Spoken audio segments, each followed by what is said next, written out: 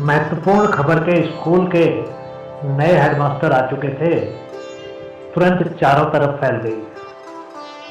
वो उस समय शिक्षकों के कमरे में उस दिन के पढ़ाने वाले पाठ देख रही थी जब उसने यह खबर सुनी। उसको भी और शिक्षकों के साथ नए हेडमास्टर को बधाई देने के लिए जाना ही होगा। उसको हाथ भी मिलाना ही होगा। उसके शरीर में एक कपकपी छूट गई, पर वो कुछ भी नहीं कर सकती थी। उसकी एक साथी शिक्षिका ने कहा, लोग उसकी काबिलियतों की बहुत प्रशंसा करते हैं और वो बहुत ही सख्त है, ये भी कहते हैं। हमेशा से ही ये संभावना थी और अब वो हो रहा था। उसका सुंदर चेहरा पीला हो गया और उसकी बड़ी बड़ी काली आंखें कठोर सी हो। जब हेडमास्टर से मिलने का समय आया, सभी शिक्षक एक पंक्ति में एक एक करके गए। सभी सुंदर कपड़ों में सुसज्जित थे। सभी एक एक करके उसके कमरे में जाने लगे। स्त्री और पुरुष शिक्षकों का स्वागत करने के लिए वो अपने मेज के पीछे खड़ा था। हेडमास्टर एक मध्यम ऊंचाई का व्यक्ति था। उसका लंबा नुकीला नाक और उसकी बड़ी बड़ी आंखें ही उसके चेहरे पर सबसे पहले दिखती थी। उसकी बड़ी बड़ी मूछें थी। उसकी छाती पर अपनी आंखें गड़ाए वो भी आगे बढ़ी। उसकी आंखें बचाते हुए उसने अपना हाथ आगे बढ़ा दिया। हाथ मिलाते हुए वो नहीं जानती थी कि उसको क्या कहना चाहिए था। वो नहीं जानती थी कि और शिक्षकों ने क्या कहा था। वो चुप ही रही। उसके कड़े हाथ का मिलन उसके नरम हाथ से हुआ। उसने भारी आवाज में धन्यवाद कहा। वो बहुत ही शानदार ढंग से मुड़ी और आगे बढ़ गई। वो अपने दिन भर की कठिनाइयों को भूल गई, हालांकि उसकी तबीयत कुछ ठीक सी नहीं लग रही थी। वो अभी भी हेडमास्टर के कमरे में ही एक तरफ खड़ी थी। और शिक्षिकाओं ने कहा, मिस की तबीयत आज ठीक नहीं लग रही है। स्कूल के बाद घर आकर उसने अपने कपड़े बदले और अपनी माँ के साथ खाना खाने बैठ गई। उसकी माँ ने कहा, सब ठीक तो है ना? शायद उसकी माँ ने उसका चेहरा पढ़ लिया था। वो रुकते रुकते बोली, बादरान बदावी, आपको याद है? उसको हमारे स्कूल का नया हेडमास्टर बनाया गया है। माँ ने हैरान होते हुए कहा, सच में? वो बोली, कोई खास बात नहीं है, अब वो बहुत पुरानी भूली हुई कहानी है। खाना खाने के बाद वो अपने अध्ययन कक्ष में चली गई और कुछ देर आराम करने लगी। उसके बाद वो उठकर बच्चों की कॉपियां जांचना चाहती थी। उसने तो बादावी को पूरी तरह से ही भुला दिया था। नहीं, पूरी तरह से तो नहीं।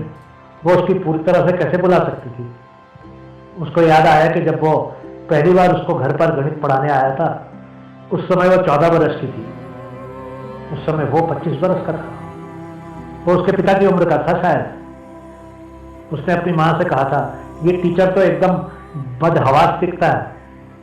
माँ ने कहा था, वो कैसा दिखता है इससे हमारा कुछ मतलब नहीं होना चाहिए। जरूरी बात यह है कि वो पढ़ाता कैसा है। पढ़ाई के दौरान वो उससे काफी घुल मिल गई थी, क्योंकि वो एक बहुत ही रोचक पुरुष था।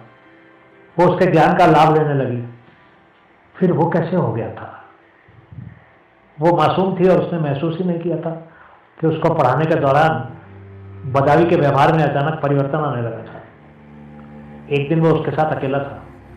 उसके पिताजी भी उसकी चाची के क्लिनिक में गए हुए थे। बदावी को अपने दूसरे पिता के रूप में देखती थी, इसीलिए उसको बदावी पर जरा भी शंका नहीं थी। फिर बिना प्रेम और इच्छा के वो कैसे हो गया था? उसने वह सब हो जाने के बाद बदावी से पूछा था, क्या हो गया? वो बोला था, डरने की जरूरत नहीं है, कुछ नहीं हुआ है। दुखी होने की भी जरूरत नहीं है। सिर्फ यह बात किसी और से मत कहना, अपने तक ही रखना। जब समय आएगा मैं आऊंगा और तुमसे विवाह करने का प्रस्ताव तुम्हारे माता पिता के सामने रख दूंगा। अभी कुछ वर्ष इंतजार करो। बदावी ने अपना वचन निभाया भी था और वो विवाह का प्रस्ताव लेकर आया भी था। उस समय तक वो बहुत बड़ी हो चुकी थी। वो समझदार भी हो चुकी थी। उसको आभास हो चुका था कि ना तो वो बदावी से प्रेम करती थी और ना ही उसके मन में उसके प्रति सम्मान था। उसके पिता 2 वर्ष पहले ही मर चुके थे। वो नहीं जानती थी कि वो क्या करे। उसकी माँ को बदावी का इस तरह सीधे खुद ही विवाह का प्रस्ताव लेकर आना पसंद नहीं आया था। माँ ने उसको कहा था, बेटी मैं जानती हूँ कि तुम व्यक्तिगत स्वतंत्रता को कितना महत्व देती हो। मैं निर्णय तुम पर ही छोड़ती हूँ, तुम जैसे ठीक समझो करो। वो जानती थी कि वो जटिल स्थिति में थी। उसको या तो बदावी के विवाह का प्रस्ताव स्वीकारना था या हमेशा के लिए ही दरवाजा बंद कर देना था। उसको कुछ अच्छा नहीं लग रहा था। वो सुंदर थी और अमीर भी थी। बदावी उसको खा जाने वाली निगाहों से देख रहा था। बदावी ने 14 वर्ष की उम्र में ही उसको लूट लिया था, परंतु अब तो वो बड़ी हो गई थी और वो अपना भला बुरा सब जानती थी। बदावी ने उसको कहा था, मैं अपना वचन पूरा करने आया हूँ क्योंकि मैं तुमसे मोहब्बत करता हूँ। मैं जानता हूँ कि तुम भी शिक्षिका बनना चाहती हो। तुम विज्ञान कॉलेज में अपनी पढ़ाई पूरी कर लेना। ये सुनकर उसको बहुत गुस्सा आया था। उसने विवाह का प्रस्ताव तुरंत ही ठुकरा दिया। उसकी माँ भी हैरान थी कि उसकी बेटी ने पहले ही नहीं क्यों नहीं कह दिया था। बदावी खड़ा होकर उसके सामने आ गया था और बोला था, तुम मेरा विवाह प्रस्ताव कैसे ठुकरा सकती हो? तुम जानती नहीं इसका क्या परिणाम होगा। वो बोली थी, मेरे लिए तो परिणाम तुमसे विवाह ना करने से अच्छा ही होगा। अपनी पढ़ाई पूरी करने के बाद वो खाली समय में कुछ करना चाहती थी, इसीलिए उसने शिक्षिका के रूप में काम करना शुरू कर दिया था। परंतु वो बिल्कुल अलग थलग ही रहने लगी थी। उसकी माँ ने उसको पूछा, बेटी क्या तुमको कोई भी अच्छा नहीं लगता?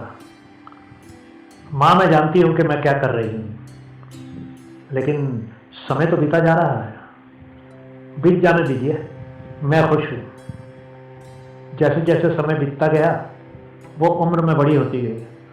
वो प्रेम से दूर रहती आई थी और ऐसा ही चलता रहा।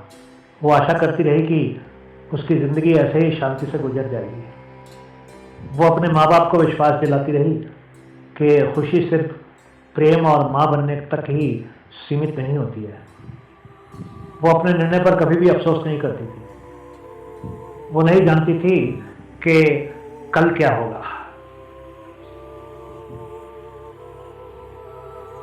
अगले दिन नए हेडमास्टर बदावी ने उसको अपने कमरे में बुलाया। वो घबराती हुई उसके कमरे में दाखिल हुई। वो मेज के पीछे अपनी कुर्सी पर बैठा था। उसको अंदर आते देख वो खड़ा हो गया। वो चलकर उसके पास आया और उसके सामने खड़ा हो गया। वो सोच रही थी कि वो उसको कड़ा जवाब दे ही देगी। बदावी ने उसका हाथ पकड़ने की कोशिश की, परंतु उसने हाथ झटक दिया। वो बोला, तुम कैसी हो? उसने बहुत ही ठंडेपन से कहा, मैं ठीक हूँ। बोलने से पहले वो थोड़ा हिचकिचाया और फिर बोला, मेरा मतलब है क्या तुमने शादी की? वो वार्तालाप को समाप्त करने के लहजे में जोर से बोली, मैंने कहा ना मैं बिल्कुल ठीक हूँ। वो मेज के पीछे अपनी कुर्सी पर बैठ गया और वो जल्दी जल्दी उसके कमरे से बाहर चली गई। मित्रों, कुछ बातें बिना कहे ही समझ आ जाती है। बचपन में अगर लड़कियों के साथ कोई दुर्घटना अर्थात शारीरिक शोषण हो जाती है तो वो सारे जीवन उसको भूल नहीं सकती है।